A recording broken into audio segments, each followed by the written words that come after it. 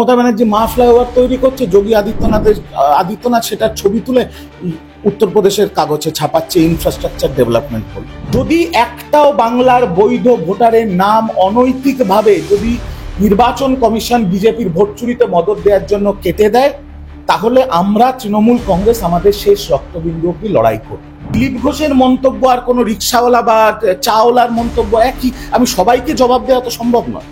যদি ভারতের মধ্যে এত বাংলাদেশি এত রোহিঙ্গা থাকে, তাহলে মিঠুন চক্রবর্তী তার বস অমিত শাহকে আগে বলুক, কান ধরে ভারতের নাগরিকের কাছে ক্ষমা চাইবে। দাঁড়ান, এসআইআর আরেকটু এগোতে দিন, বিজেপির দলটা কার্যত উঠে যাবে। জ্ঞানেশ কুমার তো অমিত শাহর বেস্ট ফ্রেন্ড বলবো না, বেস্ট ফ্রেন্ড বলাটা ভুল, অ্যাকচুয়ালি চাকর বাকর। মতুয়া এবং রাজবংশী ভোট, সেটাই সবচেয়ে বেশি প্রভাব পড়বে এসআইআর এ।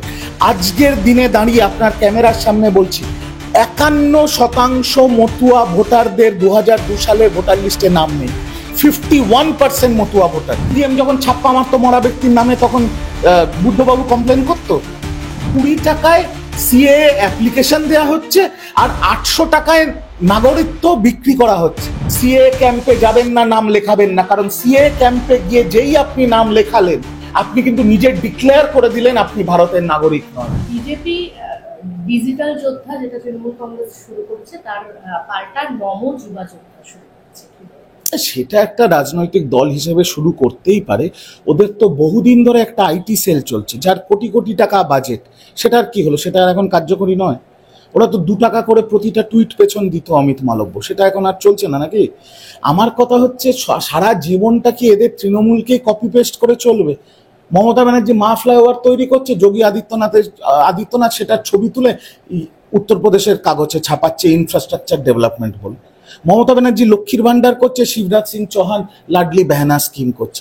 সারা জীবন যদি একটা দল আরেকটা দল আর তার নেত্রীকে কপি পেস্ট করে চলে, তারপরে এরা কি করে স্বপ্ন দেখে যে বাংলা দখল করবো, আমার মাথায় আসে না। এসআইআর শুরু হয়ে গেছে, তার মধ্যেই মতুয়ারা বুধবার থেকে অনশনে বসছেন। তো সেক্ষেত্রে মানে এসআইআর তো সব থেকে যেটা মনে করা হচ্ছে, মতুয়াদেরই নাম বেশিরভাগ বাদ যাবে। তো এই পরিস্থিতিতে কি করণীয়? দেখুন, আপনাদের একটা কথা বলি, কিছু ছবিও দেখাবো আপনার চ্যানেলে। সেটা হচ্ছে, বিজেপি খুব লাফাচ্ছিল যেদিন এসআইআর ঘোষণা হয়েছিল, এবং বিজেপি খুব লাফাচ্ছিল, আর এত লাফাচ্ছিল যে এই বনগা বেল্টে, উত্তর 24 পরগনা বেল্টে লাড্ডু বিতরণ করছিল এসআইআর নিয়ে। এখন বাজিও পুড়িয়েছে। তো এখন আমাকে বলুন তো, মতুয়াদের ভোটে জেতা লোকসভার সাংসদ বিজেপির মন্ত্রী শান্তনু ঠাকুর বিজেপির হোয়াটসঅ্যাপ গ্রুপ ছেড়ে দিল কেন? মতুয়ার ভোটে জেতা বিজেপির বিধায়ক অসীম সরকার বিজেপির হোয়াটসঅ্যাপ গ্রুপ ছেড়ে দিল কেন? কালকে তো শুভেন্দু ও ঘনিষ্ঠ হিরণ চট্টোপাধ্যায়, খড়গপুরের বিধায়ক, সেও হোয়াটসঅ্যাপ গ্রুপ ছেড়ে দিয়েছে। দাঁড়ান, এসআইআর আরেকটু এগোতে দিন, বিজেপির দলটা কার্যত উঠে যাবে। কারণ এরা ভেবেছিল যে এসআইআর করে রোহিঙ্গা এই সেই নাম দিয়ে মুসলমানদের টার্গেট করবে, কিন্তু এদের যেটা vote bank, so-called vote bank বিজেপির, মতুয়া এবং রাজবংশী ভোট, সেটাই সবচেয়ে বেশি প্রভাব পড়বে এসআইআর এ। আজকের দিনে দাঁড়িয়ে আপনার ক্যামেরার সামনে বলছি, 51% মতুয়া ভোটারদের 2002 সালের ভোটার লিস্টে নাম নেই। 51% মতুয়া ভোটার। সেই জন্য এরা কি নোংরামি শুরু করেছেন একটু দেখাচ্ছি, আপনারা আগে চ্যানেলে ছবিটা দেখান। এই ছবিটা আমার না, ওয়ার বলে একটা পোর্টাল করেছে। শান্তনু ঠাকুর বিজেপির মন্ত্রী, মতুয়া ভোটে জেতা সাংসদ, সে ক্যাম্প খুলেছে যেখানে 20 টাকায় সিএ অ্যাপ্লিকেশন দেওয়া হচ্ছে, আর 800 টাকায় নাগরিকত্ব বিক্রি করা হচ্ছে। মানে এই নাগরিকত্বর নামে নতুন 7টা খুলে বসেছে বিজেপি। আর যাদের নাম অ্যাপ্লাই করা হচ্ছে, তারা কোনো মতেই বিধানসভার আগে সিএ অ্যাপ্লিকেশন পাবে না। 12 লক্ষ হিন্দু আসামের ডিটেনশন ক্যাম্পে বসে আছে। সেই 12 লক্ষের মধ্যে 25 জন, আমি নাম্বার দিয়ে বলছি, 25 জন সিএ অ্যাপ্লাই করেছিল। এখনো অবধি সিএ পেয়েছে 3 জন, সিটিজেনশিপ পেয়েছে আসামে। 12 লক্ষ হিন্দু ডিটেনশন ক্যাম্পে নাগরিকত্ব পেয়েছে সিএ এর মাধ্যমে মাত্র 3 জন।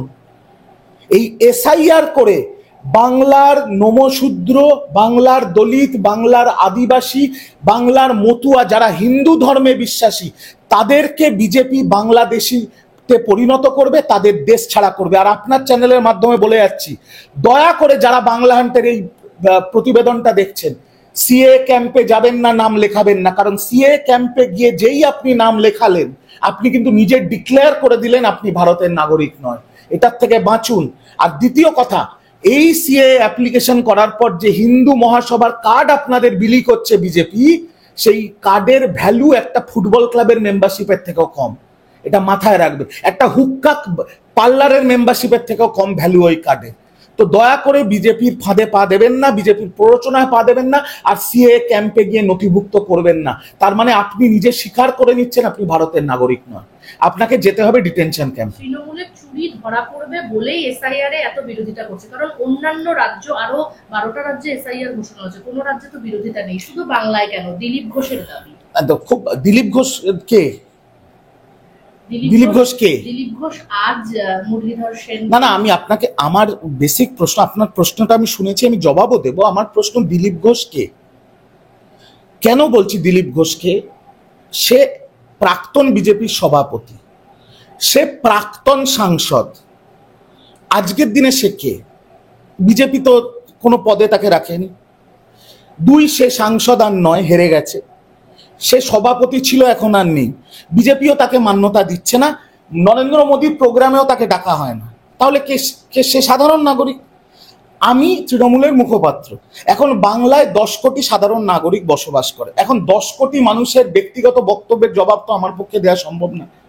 আগে দিলীপ ঘোষকে বলুন বিজেপির থেকে একটা পদ নিতে, বা বিজেপিতে একটা টিকিট ফিকিট নিয়ে একটা জায়গায় পৌঁছতে, তারপর তিনি মন্তব্য করলে তৃণমূলের মুখপাত্র হিসেবে আমি অবশ্যই জবাব দেবো। না হলে দিলীপ ঘোষের মন্তব্য আর কোনো রিক্সাওয়ালা বা চাওয়ালার মন্তব্য একই, আমি সবাইকে জবাব দেওয়া তো সম্ভব নয়। আর দ্বিতীয় কথা, তিনি যে বলছেন ভোট চুরির কথা ইত্যাদি, আমি পরিষ্কার বলছি, এসআইআর এর মাধ্যমে পেছনের দরজা দিয়ে এনআরসি করার চেষ্টা হচ্ছে। নির্বাচন কমিশন বিজেপির শাখা সংগঠন হিসেবে বিজেপির ভোট চুরিতে মদত করছে। আমরা তথ্য দিয়ে তৃণমূল কংগ্রেস তাদের ফেসবুক আর পেজে, টুইটার পেজে, সোশ্যাল মিডিয়ায় দিয়েছে, গ্রামকে গ্রামের নাম বাদ দিয়ে দেওয়া হয়েছে। কিন্তু আমার একটাই প্রশ্ন, যত নেতারা এইসব মন্তব্য করছে আমরা সেভ করে রাখছি। এসআইআর বাংলায় হবে, তারপর বিজেপি 50টা আসন পাবে না, তৃণমূল হই হই করে জিতবে, মমতা ব্যানার্জি আবার মুখ্যমন্ত্রী হবে, তখন এরা মুখ লুকোনোর জায়গা পাবে তো? কিন্তু তৃণমূলের তরফ থেকে তো বলা হয়েছিল যে এসআইআর কিছুতেই করতে দেওয়া হবে না, বাংলায় আগুন জ্বলবে। কিন্তু কোথায়? এসআইআর তো হচ্ছে না। সে করুক। আমরা প্রথম দিন কি বলেছি? ওয়ান সেকেন্ড, না, আমরা প্রথম দিন কি বলেছিলাম? আমরা একবারও ডাইরেক্টলি বলেনি আমার দল যে আমরা এসআইআর এর বিরোধী। নো, আমার লিডার, আমাদের দলের সাংসদ তথা জাতীয় সাধারণ সম্পাদক অভিষেক বন্দ্যোপাধ্যায় আপনাদের মিডিয়ার সামনে বলেছিলেন এয়ারপোর্টে যে এসআইআর হোক, কিন্তু সাধারণ নাগরিক হিসেবে যদি বিজেপি বলে যে অনুপ্রবেশকারীরা আছে বাংলায় বা ভারতবর্ষের বিভিন্ন জায়গায়, বিহারে আছে, তাহলে এই অনুপ্রবেশকারীদের ভোটেই তো নরেন্দ্র মোদী প্রধানমন্ত্রী হয়েছে। তাহলে লোকসভা ভেঙে দিক, সারা ভারতবর্ষে এসআইআর হোক, নতুন করে ভোট হোক, আমাদের কোনো আপত্তি ছিল না। কিন্তু এই যে বিজেপির হয়ে দালালি করছে নির্বাচন কমিশন, বিজেপির হয়ে মানুষের ভোটাধিকার খর্ব করার চেষ্টা করছে, আমাদের লড়াই তার বিরুদ্ধে। 4 নভেম্বর বাংলার মুখ্যমন্ত্রী তৃণমূল নেত্রী মমতা বন্দ্যোপাধ্যায়, তার সাথে সাংসদ অভিষেক বন্দ্যোপাধ্যায় এবং সেনাপতি অভিষেক বন্দ্যোপাধ্যায় রাজপথে নামবেন। আর আমাদের মতো হচ্ছে বাংলার ভোটাধিকার রক্ষার জন্য আমরা রাস্তায় নামছি। একটা বৈধ ভোটার, সেই ভোটার আমি স্পেসিফিক্যালি বলছি বাংলা হান্টকে, সেই ভোটার বিজেপির ভোটার হতে পারে, সিপিএম এর ভোটার হতে পারে, কংগ্রেসের ভোটার হতে পারে, আইএসএফ এরও ভোটার হতে পারে, তৃণমূলের ভোটার তো হতেই পারে। যদি একটাও বাংলার বৈধ ভোটারের নাম অনৈতিকভাবে যদি নির্বাচন কমিশন বিজেপির ভোট চুরিতে মদত দেওয়ার জন্য কেটে দেয়, তাহলে আমরা তৃণমূল কংগ্রেস আমাদের শেষ রক্তবিন্দু অব্দি লড়াই করব। মিঠুন চক্রবর্তীর দাবি যে কোনো জায়গায় তো এরকম মানে তৃণমূল কংগ্রেসের তরফ থেকেই বাংলায় যারা বসবাস করছে তাদেরকে ভয় দেখানো হচ্ছে। নির্বাচন কমিশন তো কখনো বলেনি যে ভারতীয়দের নাম বাদ যাবে, যারা অভারতীয় তারা ভোট দিতে পারবে। মিঠুন চক্রবর্তীকে আগে 2-3টা আমি প্রশ্ন করব।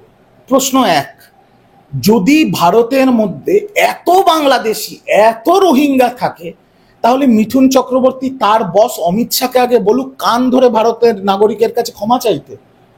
স্বরাষ্ট্রমন্ত্রী কি করছে? তাহলে এর থেকে অপদার্থ স্বরাষ্ট্রমন্ত্রী হয় না? এবার তখন বিজেপি আপনাকে বলবে বাংলার ডেমোগ্রাফি বুঝতে হবে, অনেক জায়গায় পাহাড় আছে, নদী আছে, সেখান থেকে কি করে আমরা সেখানে কাঁটাতার লাগাবো। তো সেখানে কাঁটাতার লাগানো সম্ভব নয়, আমি মেনে নিলাম।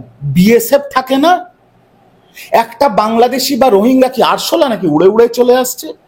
তো বিএসএফ কি করছে? আর দুদিন আগে তো বিজেপির সাংসদ জগন্নাথ সরকার বলছে আমরা জিতলে কাঁটা তারই তুলে দেবো, বাংলা আর বাংলাদেশে এক করে দেবো। তো দেশদ্রোহী কারা? কারা বাংলাকে বাংলাদেশ বানাতে চাইছে? এটা তো আমি বলিনি, জগন্নাথ সরকার বলেছে, অন স্টেজ মিডিয়ার সামনে এই কথা বলেছে। আর মিঠুন চক্রবর্তীর জন্য আমার খুব খারাপ লাগে, জানেন তো। মিঠুন চক্রবর্তীকে শিল্পী হিসেবে আমি খুব সম্মান করি, অগ্নিপাত থেকে শুরু করে ডিস্টোর ড্যান্সার থেকে শুরু করে তার শিল্পী মিঠুন চক্রবর্তীর আমি বড় ফ্যান। কিন্তু তারপরে এই নিজের ছেলের ধর্ষণ মামলাকে বিজেপির কাছে সালটাতে গিয়ে বিজেপি তাকে একটা চুক্তিবদ্ধ করে নিয়েছে যে তোমার বয়স যাই হোক, তোমার শরীর দিক না দিক, তুমি যতই অসুস্থ হও না কেন, নির্বাচনের সময় তোমায় ঘুরে বেড়াতে হবে আর বিজেপির হয়ে চেঁচাতে হবে। তো সে বেচারা কি করবে? তাকে তো তার ছেলেকে বাঁচাতে হবে, একটা ধর্ষককে বাঁচাতে হবে। সেই জন্য বিজেপি ওই চুক্তিবদ্ধ হিসেবে বিধানসভার আগে আবার গোকরো সাপ গর্ত থেকে বেরিয়েছে হাই হাই করার জন্য। আমার কষ্ট হয় তাকে দেখলে, বেচারা, কিছু করার নেই। আচ্ছা, এই যে এসআইআর এর যে প্রশিক্ষণ পর্ব বিএলওদের নিয়ে তৈরি মানে হলো, বেশ কয়েকটা কলেজে হয়েছে, তো দেখা গেল যে ওদের দাবি যে আমরা সকাল থেকে মানে বেশিরভাগই যারা শিক্ষক, তো আমরা সকাল থেকে স্কুল করবো, বাচ্চাদেরকে পড়াবো, তারপরে আবার সন্ধ্যেবেলায় গিয়ে বাড়ি বাড়ি যাবো। এটা আমাদের পক্ষে করা সম্ভব নয়, এবং প্রপার আমাদের সিকিউরিটিরও ইয়ে নেই। সেইটা নিয়ে একটা বিশৃঙ্খল পরিস্থিতির সৃষ্টি হয়েছে। এটা তো ফ্যাক্ট, এটার মধ্যে তো কোনো ভুল নেই। তো বিজেপি যে বিএলওদের সাথে মিটিং করেছে, বিজেপি পাঠাক নির্বাচন কমিশনে। জ্ঞানেশ কুমার তো অমিত শাহর বেস্ট ফ্রেন্ড, বেস্ট ফ্রেন্ড বলবো না, বেস্ট ফ্রেন্ড বলাটা ভুল, অ্যাকচুয়ালি চাকর বাকর, ভুল টার্ম ইউজ করে, চাকর বাকর। আগে তো অমিত শাহর দপ্তরের সেক্রেটারি ছিল অমিত শাহ, তারপরে বিজেপি তারপরে একটা নতুন রেজলিউশন এনে চিফ জাস্টিস অফ ইন্ডিয়াকে সরিয়ে দিল, বিজেপির দুজন আর বিরোধী পক্ষের একজন দিয়ে 2-1 ভোট করে গণেশ কুমারকে বসালো। তো এই বিএলও গুলো গিয়ে গণেশ কুমারকে বলুক কথাটা, বিএলওদের বক্তব্য তো আমি কিছু ভুল দেখছি না। এবার বিজেপি যে বিএলওদের নিয়ে মিটিং করছে, সে বিএলও গুলো কি করবে? বিজেপির কথা শুনে মার খেতে যাবে? বাংলার মানুষ তো এবার বিজেপি দেখলেই দৌড় করাচ্ছে, মা বোনেরা ঝেঁটা নিয়ে তাড়া করছে। শুভেন্দুকে দেখেননি মথুরাপুরে ঝেঁটা তাড়া করেছে? নিজেদের বিধানসভা নাগরাকাটায় সাংসদ বিজেপির, সেখানে এমপি জুতো পেটা খাচ্ছে, শঙ্কর ঘোষ জুতো পেটা খাচ্ছে। তো বিএলএরা তো বিজেপির বিএলওরা তো কিছু ভুল কথা বলছে না, জানাক নির্বাচন কমিশনকে, নির্বাচন কমিশন বুঝবে। কিন্তু একাধিক মানে বাংলার বিভিন্ন জায়গা থেকে তো বিএলওদের হুমকির মুখেও পড়তে হয়েছে তৃণমূল। কোনো হুমকি টুমকির ব্যাপার নেই, বিএলওরা বিএলওদের কাজ করবে। প্রতিটা দলের, আমাদের দলের বিশেষ করে বিএলএ 2 যারা, তারা বিএলওদের সাথে ছায়া সঙ্গী হিসেবে থাকবে। যখন আমাদের কিছুদিন আগে একটা ভার্চুয়াল মিটিং হয়েছিল আমাদের পার্টির জেনারেল সেক্রেটারি অভিষেক বন্দ্যোপাধ্যায়ের সাথে, আমি সেই ভার্চুয়াল মিটিংয়ে উপস্থিত ছিলাম। আমাদের ফার্স্ট বক্তব্যই হচ্ছে বিএলওরা বিএলওদের কাজ করবে। নির্বাচন কমিশন তাদের প্রেস কনফারেন্সে বলেছে প্রতিটা বাড়িতে 3 বার করে বিএলওরা যাবে। আমার কথা না, জ্ঞানেশ কুমারের কথা। তো বিএলওরা 3 বার করে যাবে, সেখানে আমাদের যে বিএলএ 2রা আছে তার সাথে থাকবে, যাতে কাজটা যাতে ঠিক মতো হয়, 100% এনুমারেশন ফর্ম যাতে ফিল আপ হয়।